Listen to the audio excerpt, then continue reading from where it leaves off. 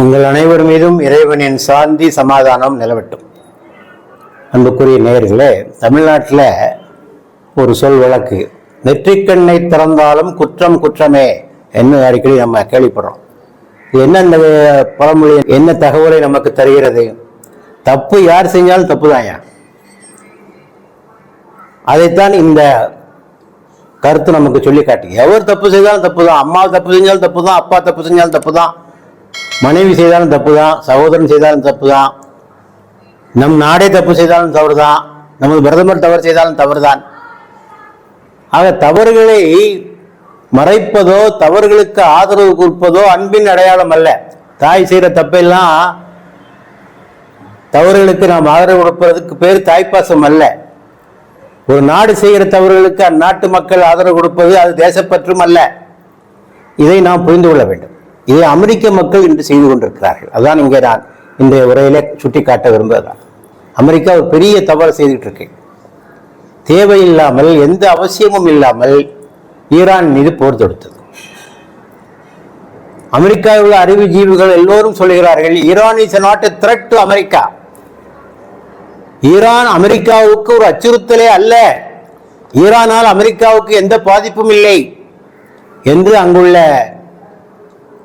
அறிவுஜீவிகள், முன்னாள் அதிகாரிகள், ஏன் பதவியில் இருக்கின்ற அதிகாரிகள் உட்பட எல்லோரும் சொல்லுகிறார்கள். ஆனால் இந்த ட்ரம்ப் இஸ்ரேலுக்கு பின்னாலே ஓடிக்கொண்டிருக்கிறார். அவருக்கு இஸ்ரேல் தான் முக்கியமா இருக்கு. அமெரிக்கா விட அவருக்கு இஸ்ரேல் தான் முக்கியமா இருக்கு. இஸ்ரேலை எப்படியாவது பாதுகாக்க வேண்டும், இஸ்ரேலை எப்படியாவது வெற்றி பெற செய்ய வேண்டும்.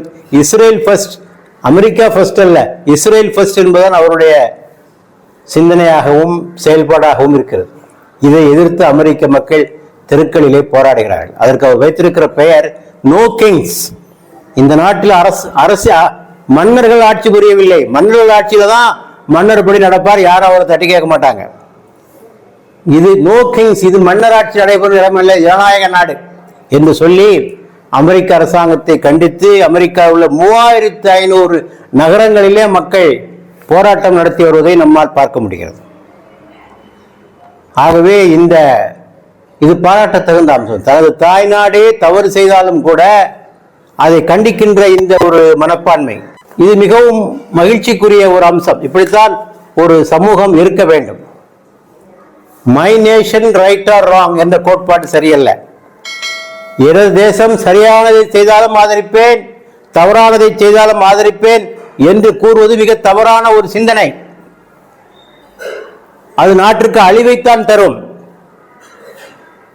அது தேசபக்தியின் அடையாளம் அல்ல. அரசுகள் தவறு செய்கிற போது அதை தட்டி கேட்காமல் இருப்பது தேச துரோகம். கலீஃபா அபூபக்கர் அவர்கள் ஆட்சி பொறுப்பேற்கிற போது மக்களை பார்த்து சொன்ன செய்தி இது. நான் செய்த தவறுகளை நீங்கள் தட்டி கேட்க வேண்டும். தட்டி கேட்பது இறை நம்பிக்கையின் அடையாளம், அவற்றை மூடி மறைப்பது துரோகத்தின் அடையாளம் என்று சொன்னார்கள். ஆகவே தவறு செய்வது நமது அரசாங்கமாக இருந்தாலும் அதனை தட்டி கேட்க வேண்டும். நபிகள் நாயகம் சொன்னார்கள், இனவெறி என்றால் என்ன என்பதற்கு ஒரு சுருக்கமான அழகான தெளிவான ஒரு விளக்கத்தை. What is chauvinism? இனவெறி. இனவெறி என்பதே ஒருவன் தான் சார்ந்திருக்கின்ற சமூகத்தை நேசிப்பது இனவெறி ஆகாது.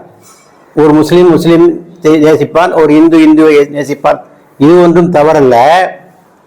இனவெறி என்பது தனது சமூகம் செய்கிற அநீதிகளுக்கு துணை போவதற்கு பெயர் தான் இனவெறி என்று சொன்னார்கள். முஸ்லிம்கள் செய்கிற தவறுகளுக்கெல்லாம் முஸ்லிம்கள் துணை போனால் அது முஸ்லிம் வெறி, இந்துக்கள் செய்கிற தவறுகளுக்கெல்லாம் இந்துக்கள் துணை போனால் அது இந்து வெறி. இப்படியே ஒவ்வொரு சமூகங்களுக்கும் நீங்கள் பொருத்தி பார்த்துக் கொள்ள வேண்டியதான்.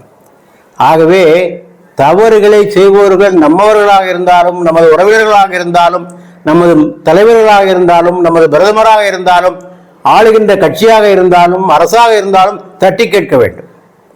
நம்ம நாட்டில் வகுப்புவாதம் கொழுந்து விட்டு எரியுது, பாசிசம் தலை உச்சத்திலே நிற்கிறது.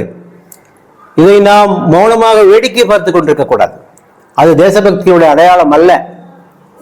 ஆகவே தவறுகள் யார் செய்தாலும் அதனை தட்டி கேட்க வேண்டும். அதைத்தான் அமெரிக்க மக்கள் செய்து கொண்டிருக்கிறார்கள்.